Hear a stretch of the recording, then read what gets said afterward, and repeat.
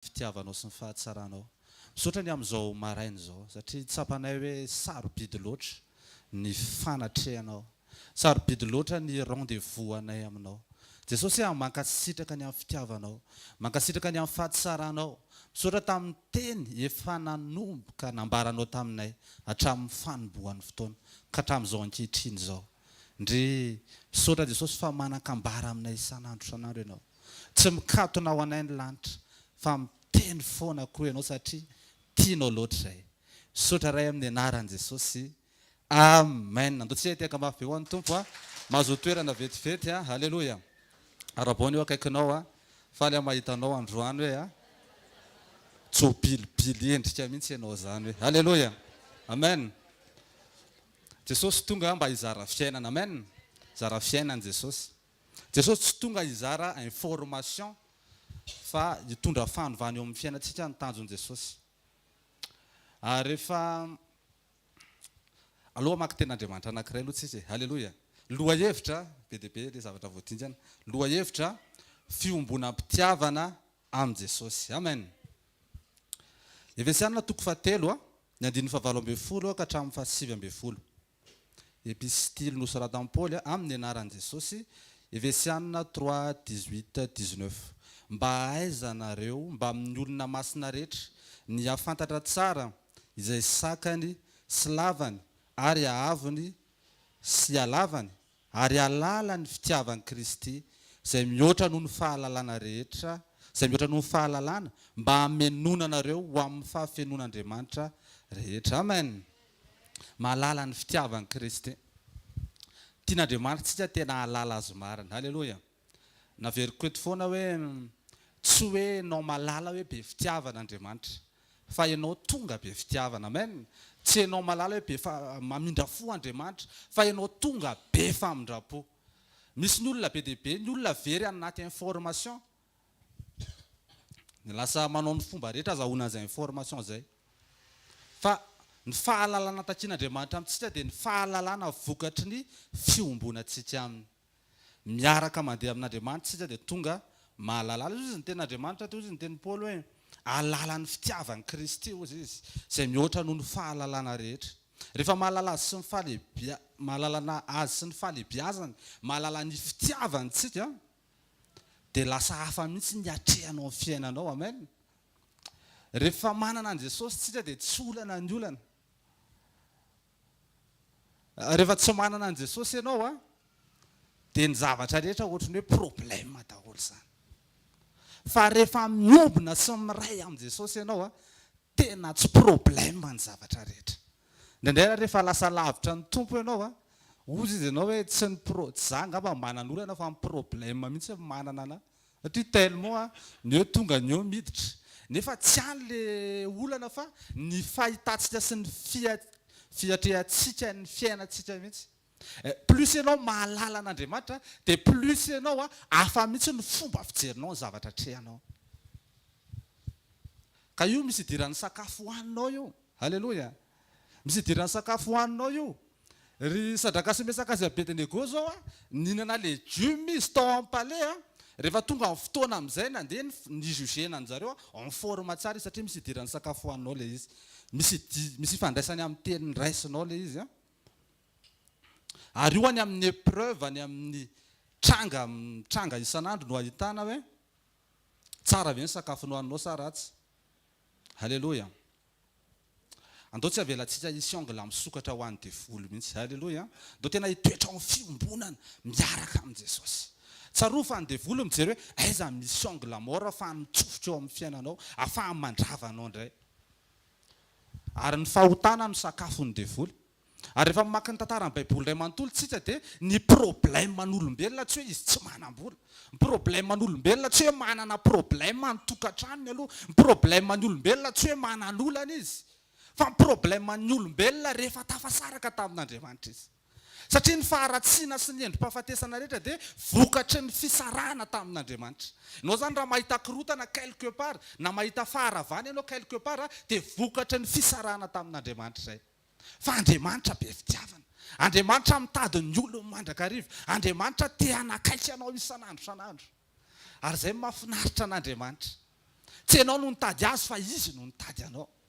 Nataony Adamaseva rehefa nanota lasa izy nisitrika tao ambadiky ny avy satria nitanjaka. Fa Andriamanitra mihitsy no nitady azy. Hoe ry Adama, aiza moa ianao? Zany koa no tian'Andriamanitra ifandraisana amintsika. Zay fifandraisam-pitiavana zay. Te hanakaiky ny olona foana Andriamanitra. Te hanakaiky ny olona foana Andriamanitra. Ary le izy rehefa tsapanao zay alehibe ny fitiavan'Andriamanitra zay dia miova ho azy ianao. Tafasaraka tamin'Andriamanitra ny olona. Nanao ny fomba rehetra Andriamanitra. Misy fotoana misainsaina an'izany dia le Andriamanitra be voninahitra. Le Andriamanitra masina. Le Andriamanitra mitoetra ao amin'ny mandrakizay. Le Andriamanitra goavana be no mitady ny fomba rehetra mba hiarahana amiko. Mitady ny fomba rehetra mba hiarahana aminao. Izy tsy Andriamanitra lavitra be any amin'ny 4 kilometatra hatrany dia tsy maintsy ampiana feokira sy ny sisa voatonja izy. Fa izy mihitsy nanao fomba rehetra hiarahany aminao. Izy tsy mitaky zavatra tsy vitanao zany, fa izy mihitsy no mitsofoka ao anatinao aloha mba hahafahanao manatanteraka an'ilay zavatra takiny. Hoy izy Andriamanitra hoe te hanakaiky ny olona foana, te hiaraka aminy, te hiaraka andeha aminy, mahavariana ny fitiavan'Andriamanitra ny olombelona. Ary za mino hoe na ny anjely aza gaga hoe fa inona loatra reto olombelona reto no tena lehibe loatra ny fitiavan'Andriamanitra azy. Gaga ny anjely na mahitanao mandray fanasan'ny tompo ary. Iny mofo iny, ino ny tenan'i Jesosy dia hoaniny. Tsy mbola nisy ny ainany zany. Fa izy reto olombelona reto. Fa te hanakaiky anao foana Andriamanitra. Ary hitantsika zany eny amin'ny tantaran'ny testamenta taloha. Hoy izy Andriamanitra hoe ndry vokatry ny fahotana dia lasa tafasaraka tamiko ny olona hanao ny fomba rehetra hanakekezako azy. Mosesy hanamboary taberna kely mba hitoerako satria mety tsy azaka ny voninahitry ny olona dia tsy maintsy ao ny hitoetra satria tiako ny olona, te hanakaiky anazy, te hampita fiainana aminy. Fa vokatry ny fahotana zay tafiditra tao anatiny. Ary za teny amintsika ny fahotana tsy zavatra kely. Ny fahotana tsy zavatra kely hoe le zavatra hitantsika ety ivelany efa vokatry le fahotana. Fa ny fizintsika, ny fizin'ny olona anankiray mihitsy no lasa vainganota. Zay na tonga Jesosy ny teny hoe natao ota izy ozy izy mba hanafaka atsika ao amin'ny fahotana. Dia vokatry ny ota ao anatin'ny olona eny tsy maintsy midina Andriamanitra manafaka ny olona ao anatin'ny fatorany eny. Zay mahatonga ny olona anankiray tsy délivrance ny ilainy aloha. Zay mahatonga ny olona anankiray tsy fitahiana sy fanambinana tsy any mihitsy ny olana. Fa ny problème ny olona anankiray raha tafasaraka amin'Andriamanitra. Zay no nampiasa ny sain'Andriamanitra. Tsy nidiny Jesosy raha ohatra ka tsy tao anatin'ny lavaka lalin'ny fahotana ny olona. Fa tsy maintsy nidiny Jesosy satria lavitra be le distance, tsisy fikatsony ny fomba anatonana ny olombelona dia nidiny Jesosy. Tena hoe adalam-pitiavana amintsika Andriamanitra. Adalam-pitiavana amintsika Andriamanitra. Dia nidiny Jesosy.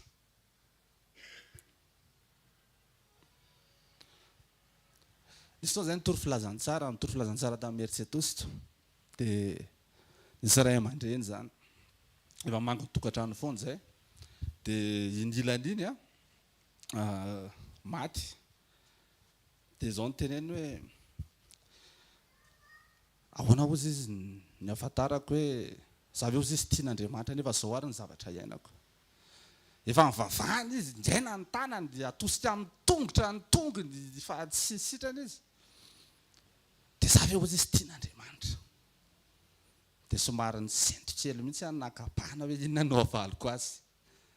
Satria dia zavatra olazaiko eo dia iraikitra ao anatin'ny zavikely nadohany dia lasa metraka définition diso an'Andriamanitra. Nefa tsy tian'Andriamanitra tsika diso, andiso hoe iza marin'Andriamanitra. Zay na tonga n'Andriamanitra nyteny tamin'ny Joba hoe diso ny filazana tamin'ny namany Joba hoe diso ny filazanareo ozy izy mombana. Dia izao no teneniko anazy. Azan-tsinona amin'ny zavatra lalovanao ny fitiavan'Andriamanitra anao. Fa tsy miankina amin'ny zavatra lalovanao fitiavan'Andriamanitra anao. Fa tiany Jesosy ianao. Tsy haiko hoe inona ny antony fa tiany Jesosy ianao. Za koa teny amintsika androany. Tsy miankina amin'ny problème lalovanao ny fitiavan'Andriamanitra anao. Zay mahatonga antsika tsy manankina ny fotsika sy ny finoantsika amin'ny fahaiza-manao n'Andriamanitra. satria raha tsy etsika ny fanasitrana raha tsy asa ny fanasitran'Andriamanitra dia iteny zany ny olona hoe tsy tian'Andriamanitra tsony izy fa tsy azonao ankinina amin'izany ny andavanandrom-piainanao fa tokana no hahafahanao mijoro isan'andro tian'Andriamanitra. Amen. Tia anà Jesosy, maty ho anà Jesosy, nanolotra ny ainy ho anà Jesosy. Mety mbola misy tsy tomombana araka ny fijeriko azy eo amin'ny fiainako fa tokana ny fantatro izay nolazainy tao amin'ny teniny ary tsy miova izay fa tia anà izy. Inona zavatra mafiatrehanao? Hoy izy ny teny Romanina 4 ny 5:30. Halleluja. Romanina 4 ny 5:30. Iza hozy izy no asaraka antsika amin'ny fitiavan'i Kristy. Amen. Iza no asaraka fanenjehana ve sa loza sa lehibe zavatra tantarain'i Paoly eo anatin'izay. Tsy misy asaraka antsika amin'ny fahaiza-manao fitiavan'i Kristy. Fanjakina amin'ny fahaiza-manaony mahagaga ny fiarahanao aminy. Fankino amin'ny fitiavany ao anatin'ny mafy indrindra trianao. Tsapanao hoe misy anankiray tena tianao. Mety manadino zanany nono va ny vehivavy? Mety manadino any izy. Fa za kosa hozy Andriamanitra tsy mba hanadino anao mandrakizay zany. Ka ao anatin'ny tafiotra tadio foana hoe tianao Andriamanitra. Andriamanitra te hiaraka aminao. Le Andriamanitra niteny tamin'ny Mosesy tao an-tendrombohitra Sinay. Le rehefa miteny Andriamanitra dia mandeha mikotrika mipotra ny horohorontany be. Dia tsy azo avela misy mikasika an'ilay tendrombohitra mihitsy fa tonga dia maty izay mikasika an'izy. Izay Andriamanitra izay le te hiaraka aminao.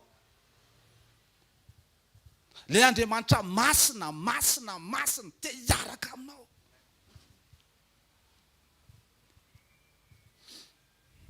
Hoy izy ny bokin'i Isaia 9:20. Ny lanitra ny seza fiandrianako izy ary ny tany no fitoeran'ny tongotro. Trano manao ahoana no ataonareo ho ahy ary fitoerana manao ahoana no fitsaharako. Eritreretinareo an'izany ny fahalebiazan'Andriamanitra. Nefa izany Andriamanitra izany te hiaraka aminao. Te hitoetra ao anatinao. Andriamanitra ray, zanaka, fanahy masina, en communion, te hitoetra ao anatinao, te hiobona aminao. Dia mitomany ianao fa tsy manam-bola. Tsy izy be ianao fa voan'ny gripa androany dia miteny hoe nafoy anà mihitsy ngamba Andriamanitra. Toerana manao ahoana hozy izy ary izay mahavariana ny Andriamanitra ny Kristianina. Andriamanitra tsy mitady tsara ny boany izany. Amen. Tsy miandry zavatra parfait Andriamanitra. Teny aminao tsy olana tafiditra voalohany tany an-danitra. Indrindra izy manafotoana ho an'ny olona religieux be. Tsy olana tsy natao batisa tonga dia tafiditra tany an-danitra. Amen. Fa ianao aloha atao batisa satria ianao tsy olana, ianao koa eto. Halleluja. Tonga amin'ny fotoana dia misy batisa dia manaovy ianao. Amen. Fa te aneo an'izay fotsiny le alehiben'ny fitiavan'Andriamanitra. Te hiaraka amintsika Andriamanitra. Rehefa maka ny tonkiran'i Solomon ianao. Amen. Tena hoe love zany Andriamanitra zany. Love amintsika zany Andriamanitra zany. Ary izay ny tokony hanosika antsika hiala amin'ny ratsy. Izay fahafantaranao ny fitiavan'Andriamanitra anao izay. Tsisy ninona azonao hatreto ny lesona tsy tena nanomboka hatramin'ny voalohany taona ka hatramin'izao. Raha mbola mila motivena ianao tsy maintsy mahazo an'izao ianao raha te hiova. Raha te hiova ianao dia mila omena an'ity. Raha te hiova ianao mbola tsy ninona azonao. Fa rehefa fantatrao hoe ny fitiavany ilay tena tiana indrindra tsy te handratra azy zany satria tena tiana izy. Te hijoro amin'ny fatahorana azy, hijoro amin'ny fahamasinana, mandefitra ny takiany amiko, andefitra maneho fitiavana, aneho fitiavana, mamela heloka.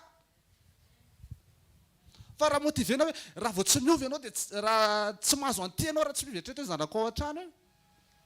Dada za iova fa meo an'ity aloha dia isan'andro izy amin'ny voalohany mety tsy maninona fa isan'andro mitaky zavatra aminao foana izy.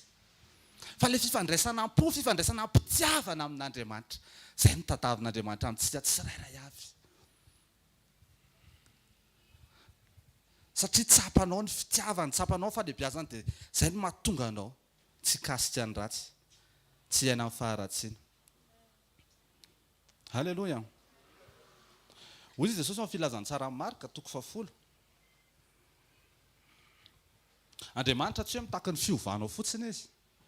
Fa mialohan'ny fiovanao dia tiano fantany hoe izay ny afatra androany, tiano fantany hoe tianao izy. Eo amin'izay fitiavana izay izy no mitaky ny fiovanao amin'izay avy eo. Fa raha ohatra matsika tonga dia miova ohatran'ny hoe mahita an'Andriamanitra miaraka amin'ny hazo kely zany ianao a pak miova fa tiany ho fantany hoe tiany aloha ianao. Ozy izy tamin'ny filazantsara marika toko fafolo ny 9:20 marika 10:21 ozy izy tamin'ilay lelam-panan-karena ary Jesosy ozy izy nijery azy tsara dia tia azy. Zay Jesosy vao niteny hoe raha te hanaraka anahy ianao dia afozy ny zavatra rehetra. Ary Jesosy nijery azy dia tia azy.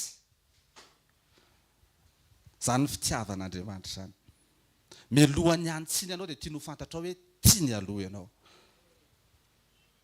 Apokalipsy toko 3:7 rehefa niresaka momba ny fiangonan'ny Laodikia Andriamanitra dia ozy izy hoe izay rehetra tiako ozy izy no anariko sy faiziko.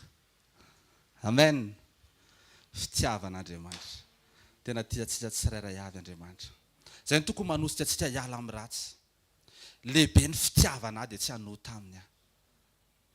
Satria lalina ny fifandraisanay.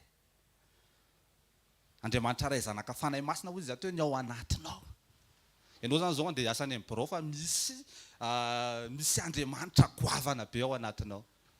Ary ny tanjon'izay Andriamanitra izay voalohany ny hanovanao, ny hatonga anao olom-baovao. Maika Andriamanitra ny teny tamin'ny Ezekiela ao amin'ny Ezekiela toko 9:30 izay ny 9:20 hoe omeko fo vaovao nareo ozy izy fa na vaovao no ataoko ao anatinareo. Mba handehananareo araka ny lalako amin'izay avy eo. Maika Andriamanitra hitoetra ao anatinao. Satria tsy afaka ny ovintsika raha tsy mitoetra ao anatintsika aloha Andriamanitra. Raha ohatra ka tsy manana an Jesosy ny olona anankiray dia manao action izy par intérêt. Mety mba miseho tsara fotsiny izy satria mety ho deraineo mason'ny olona izy ohatra. Na te ome voninahitra izy na mety tsara velatsihy fotsiny izy. Fa rehefa le Jesosy fitiavana no ao anatinao, le Jesosy fitiavana no mitoetra ao anatinao dia lasa izy motivation anao. Hitanareo izay fitiavan'i Jesosy zay na nery an'Zakaiosy afohy ny zavatra rehetra. Zay fitiavana izay na tonga ny Zakaaiosy mibebaka ny ala tamin'ny faharatsiana. Zay fitiavan'Andriamanitra izay.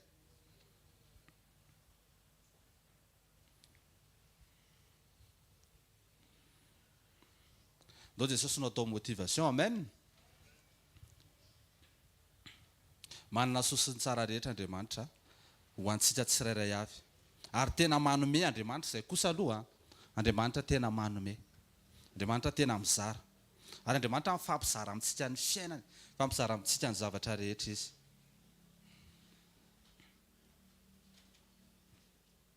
Izy en personne no andao atao motivation atsika. Ny fitiavany, natiorany, ny maha izy azy. Amen. Le Jesosy be fitiavana. Ary sofa tonga Jesosy. Raha zany diso ny fahalalantsika an'Andriamanitra. Tena diso. Fa ao anatin'izany rehetra anao dia mahita ny fitiavan'Andriamanitra. Mahita an Jesosy. Mahita ny fahatsarany, mahita ny voninahiny. Romanina toko 2:4. Sao izy amavonao ny aren'ny famoram-panahiny sy ny fandeferany ary ny faharipony satria tsy fantatrao fa ny famoram-panahin'Andriamanitra dia mitaona anao hibebaka. Amen. Natioran'Andriamanitra, ny toetra n'Andriamanitra dia mitaona antsika hibebaka. Le fahatsarany mitaona antsika hibebaka, le maha izy azy mitaona antsika hibebaka. Hitanareo ohatra n'ireny miaramila resy ireny dia apetraka amin'ny basy dia manangana saina fotsy satria resy. Ohatran'izany mihitsy ny tian'Andriamanitra ahitana antsika manaiky resy ny fitiavana. Ary vokatr'izay fitiavana izay dia afonao amin'izay ny ratsy rehetra. Vokatry ny fitiavana dia afonao ny laingalainga. Vokatry ny fitiavana dia afonao ny zavatra tsy araka ny sitrapon'Andriamanitra rehetra. Vokatr'izay fitiavana izay. Alala ny fitiavan'i Kristy hozy izy Paoly apôstôly. Tsy manota fa sao afa baraka. Tsy manota fa sao hita amin'ny pastera. Na hoe tsy manota fa sao dia hita amin'ny mpiara-manompo dia hoenina be hoe tsika ve mbola amin'izany. Fa tsy manota satria misy anankiray izay tena tiana. Mandratra ny fony raha vao manao zavatra mampalahelo dia malahelo koa izy. Ny Andriamanitra be voninahitra teo ny ao anatinao dia ino entinao any amin'ny zavatra tsy araka ny sitrapon'Andriamanitra? Manahirana be zany.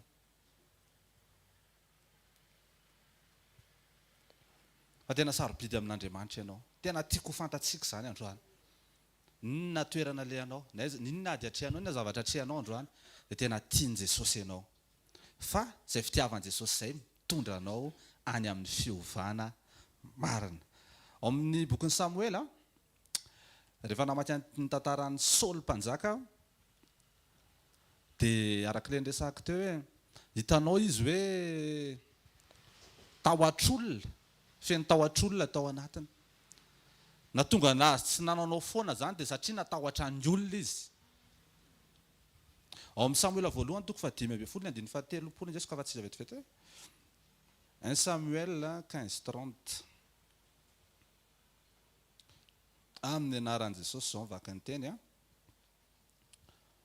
Fa hoy Saoly mpanjaka zany, efa nanota azy zao, kanefa masiny anao mba omeo voninahitra ao anatrehany loloko sy ao anatrehany Israely ary andere hiara-miverina amiko indray mba hiankofako eo anatrehany Jehovah Andriamanitra. Zao ny fandehan'ilay tantara. Rehefa niteny tamin'ny tenen'ny Samuela mpaminany Saoly hoe andana ary ngiany daholo ny Moabita ny Amalekita, dia tsy nivonono ny mpanjaka, dia nalainy koa zany hoe ondry sy ny biby fiompy tsara zany. Dia eto amin'izay izy rehefa tratra amin'ny marina zany, tratra ny mpaminany, dia hoy izy hoe mitandrina ny voninahitra izy. Ndao hoy izy meo voninahitra eo anatrehany loloko sy eo anatrehany Israely aho izy. Hitanao tsy tonga dia action hoe hibebaka androany satria diso tsy netiny nataoko. Fa grave be le mason'ny olona. Ary misy fotoana tsika ohatran'izany indraindray. Mahatonga anao tsy manota satria matahotra olona fotsiny ianao sisa. Tsisy fitiavan'Andriamanitra intsony.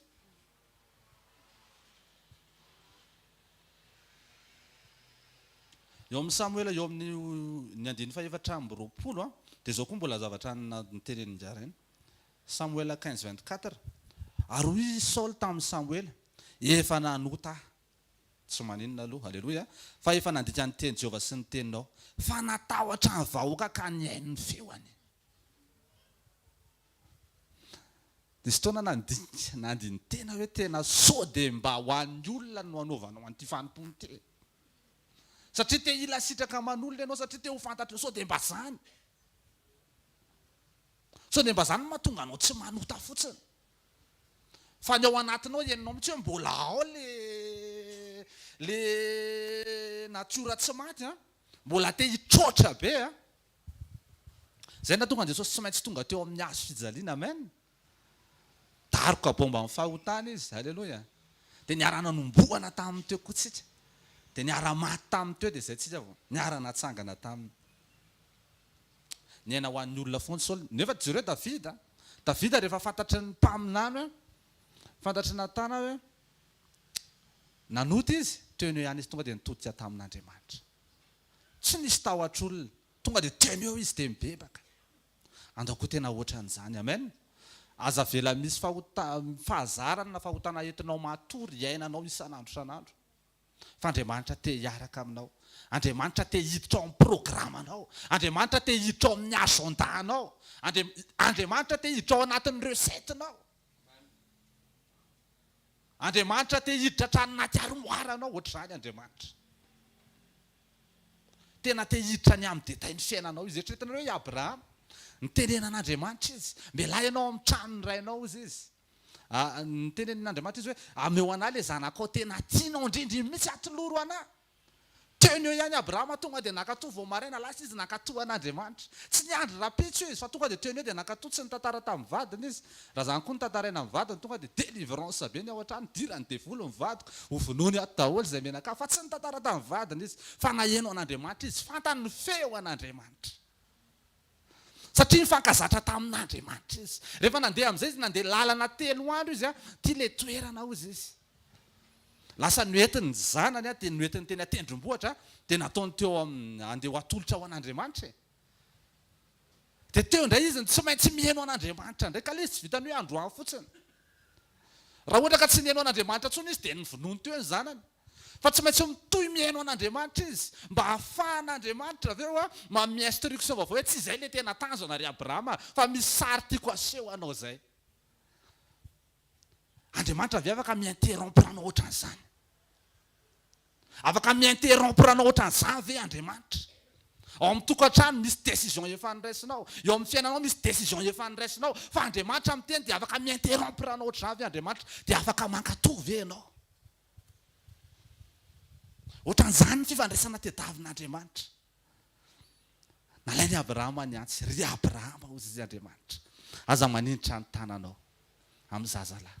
Fa ry misondro ozy izy. Ry te aneo Andriamanitra. I Abrahama ny rano saka tsy afaka mamonjy an'izao tontolo izao. Ny rano saka tsy afaka mamonjy an'izao tontolo izao. Fa te aneo aminao fotsiny satria manana an'ilay foko ianao. Ho avy ny fotoana. Andefa ny zanako hamonjy an'izao tontolo izao. Jehovah Jireh ozy izy. Ozy Abrahama ataoko hoe Jehovah Jireh ny anaran'ity toeran'ity. Jehovah Jireh tsy hoe Andriamanitra fotsiny manome anao izay rehetra ilainao. Tsy hoe Andriamanitra manome anao fiara na tsy haiko hoe inona zavatra ireny na manome tokantrano na tsy haiko hoe inona zavatra mety ao an-tsainao. Tsy zany fotsiny. Fa Jehovah Jireh, Andriamanitra nanome ny zanany latokana teo amin'ny hazo fijaliana.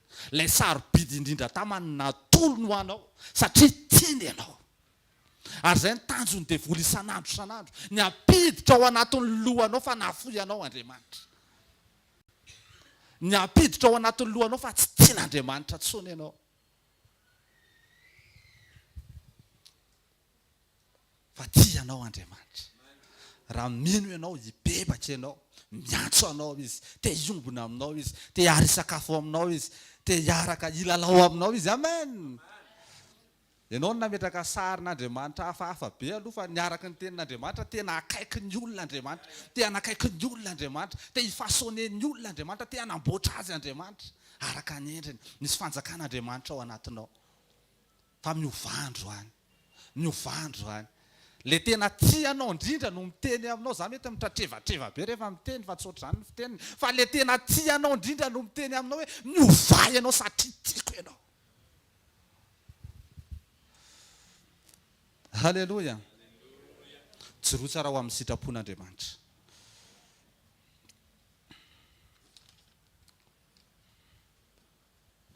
Dia jiro amin'ny sitrapon'Andriamanitra. Aza manamafy ny fonao. Halleluja. Aza manamafy ny fonao ohatrany na vao farao. Izy ny nanamafy ny fony voalohany dia aveo no hamafisina fotsiny ny fony sisa. Fa izy ny nanamafy ny fony voalohany rehefa mamaky ny Exodosy sisa dia mahita an'izany. Izy mihitsy ny nanamafy ny fony Exodosy 9:1-10. Namafisy ny farao ny fony. Tsy misy risika amin'ny fiainanao rehefa miaraka amin'Andriamanitra ianao. Amen. Tsy misy risika amin'ny fiainanao rehefa miaraka amin'Andriamanitra ianao. Misy solution ho an'izay mitoetra ao amin'ny fiombonana lalina amin'Andriamanitra. Ozy izy ndro manatoko 9:20. Ary fantatsika fa ny zavatra rehetra ozy izy dia miara-miasa masoa izay tian'Andriamanitra. Andriamanitra mafitia mamadika ny zavatra ratsy ho tsara. Inona zavatra mety efa niainanao tany aloha tsy problème zany. Fa ianao ve vonina androany hanomboka hiaraka amin'Andriamanitra. Eritrereto ny tantaran'i Joseph e. Nanana plan machiavélique be tamin'ny rahalany hoe atao ohatr'izao dia atao ohatr'izao, atao ohatr'izao. Fa izay programme izay mihitsy navadika Andriamanitra ho sary mahafinaritra be. Dia afaka vatsitsika androany hoe nisy olona ohatran'izany ho ny tany. Andriamanitra tsy mila zavatra tsara izy fa tao anatin'ny vide sy ny chaos total izy no namorona an'izao tontolo izao. Ka tsy haiko hoe manao ohatrany ahoana ny fiainanao androany. Tsy haiko hoe ohatrany ahoana ny problème malalovanao androany. Fa tsy ampy rangahy io ary kely io manoloana ny fahalebiazan'Andriamanitra. Afaka manomboka tantaram-piainana vaovao miaraka aminao Andriamanitra. Raha manaitra ianao. Amen. Ataovy azo antoka fotsiny hoe mijoro amin'ny sitrapon'Andriamanitra ianao. Ataovy azo antoka hoe eo ambany tana maherin'Andriamanitra foana ny fiainanao. Ozy izy Petera voalohany 5:5. Koa amin'izany manetretena eo ambany tana maherin'Andriamanitra. Ohatr'izao ny zavatra nataon'ny Balaka rehefa nitondra amin'ny Balama izy. Andao izy tsy andeha hanozina ny zanak'Israely. Dia lasa nandeha tany amin'ny Balama. Dia noentiny tamina toerana anankiray aloha izy dia eto amin'ity toerana ity ozy izy andao anao fanatitra dia eto izy ho zony ho aho ozy izy.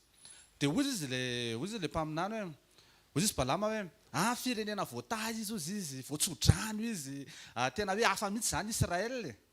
Dia aveo indray zao indray ny zavatra nataon'ny Balaka andao indray tsika hijery toeran-kafa ozy izy afahantsika mitifitra azy. dia nijery toeran-kafandreo zay izy misy angle misokatra ahafahantsika mandrava ny zanak'Israely. Dia tsy vitan'izay indray fa voatahy izy izy. Tsy saina misy anjentilisa izy be dia be ny zavatra nitenen'ny Balama teo. Andao indray jery toeran-kafa indray tsika. Dia lasa indray nijery toeran-kafa indray izy ahafahany manozona n'Israely. Ohatr'izany mihitsy ny ataony devoly isan'andro. Raha misy party tsy menao an'Andriamanitra eo amin'ny fiainanao, ahafahany tsofoka mandravanao. Fa tsy izay mahatonga antsika tsy maintsy mitoetra en fiombonana en communion amin'Andriamanitra. Dia izao amin'izay nataon'ny Balaka, tsisy fika. Voatany zanak'Israely, izao ny zavatra ataontsika hozy izy. Satria tsy afaka manimba azy sika, dia ataontsika manimba tena izy. Andao andefa vehivavy jangitsika hozy izy hiara-tory aminy.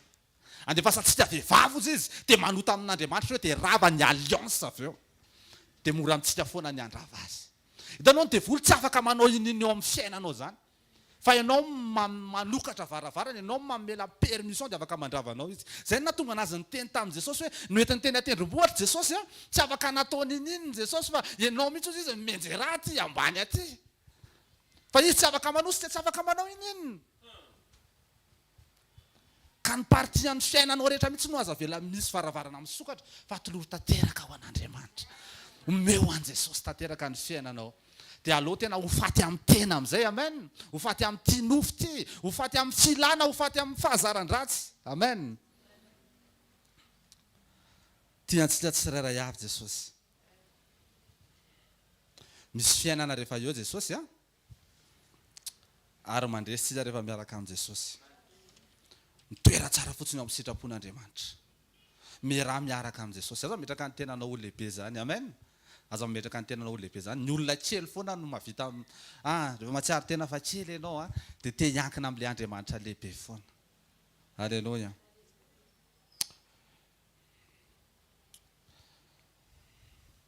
Ka ny tantaranao vitan'Andriamanitra mamadika azy ho tena tsara sy meva, amen. Andao atao tena misy ny antom-pisitsika motivation atsika, amen. Ohatran'izay rehefa vakiana, rehefa niova ny motivation, niova ny tao anatiny, fantany ny tena sujet de prière tokony ho ataona an'Andriamanitra. Satria motivation atsika tokony hoe Jesosy foana. Ohatran'izany koa ilay jiolahy teo hvkl-mission Jesosy ny ray ny teny hoe afao zay. Afao zay amin'izao raha tena zanak'Andriamanitra marina ianao dia afao zay. Hitanao ohatrantsika indraindray. Tompo raha aiza ianao afao raha tena misy marina ianao ndraindray tonga amin'izany tampoka. Vozy dia anankiray tsisy efa nanota. Dia mibebaka tamin'i Jesosy. Jesosy nitody. Efa reraka Jesosy, efa tena valaka. Fa mbola navita nitodika ihany. Anio no ionanao amiko any paradisa. Amen. Ianao fa tsy ho diso ny sujet de prière anao manomboka androany. Na isainany amin'Andriamanitra ianao te hiaraka aminao Andriamanitra, tsy mahafoy anao Andriamanitra, momba anao Andriamanitra, ianao fotsiny no mitoera ao amin'ny commission an'Andriamanitra, amen. Tsy azony fahavaloravana ny fiainanao. Ary zao tandremo koa fa ianao ihany no afaka manimba ny fiainanao. Fa izay le mahatonga antsika isan'andro tsy maintsy mandeha eo amin'ny hazo fijaliana manombo an'ilay izao. Eo ianao manombo ny filanao isan'andro dia mandroso indray ianao miaraka amin'Andriamanitra. Halleluja. Nao zany rehefa mivoaka eny be dia be olona maty sady natsangana tao amin'ny Kristy mandeha eny an-dalana. Rehefa nanaiky an'izany ianao teo amin'ny hazo fijaliana Jesosy. Andao tsika hitsangana amin'izao fotoana izao. Sarobidy ny fitiavan'Andriamanitra anao. Izay fitiavana izay no ataovy moteur manosika anao hiala amin'ny ratsy. Amen. Ataovy tena izay no antony. Aza asiana hoe te azo an'izao dia hajango ty fa na tsy te ho afa-baraka dia hajango ty. Fa izay. Ilay tena tianao indrindra no miteny aminao hoe miovary zanako. Amen. No tsy hivavaka amin'izao fotoana izao. Jesosy misaotra anao izay fa niteny taminay ianao. Misaotra ny amin'ny sitraponao, misaotra ny amin'ny fitiavanao, misaotra ny amin'ny fahatsaranao. Misaotra fa tsy Andriamanitra lavitra ianao. Fa Andriamanitra miaraka aminay isan'andro ianao. Andriamanitra mitoetra. Andriamanitra ato anatinay ianao. Misaotra Jesosy fa tsapanay ny alehibe ny fitiavanao. Tsapanay ny asarobidiny zany. Aok'izay tsy herikerika Jesosy fa hibanjina anao isan'andro. Tsy jery manodidina zay fa hibanjina anao isan'andro. Atoky anao zay. Ary zany fitiavanao zany Jesosy no tianay hoe manomboka androany, hanery anay, hanova anay ho amin'ilay tena tanjonao. Zay maneho fitiavana, zay miaina amin'ny vokatry ny fanahy. satria fantatra efa tianay ianao sotra Jesosy ny amin'ny fitiavanao sy ny fahatsaranao voninahitra dia ho anao rery any ray amin'ny anaran'i Jesosy amen ndo tsy teteka mafy eo an'ny tompo andraisantsika ny mpanompon'Andriamanitra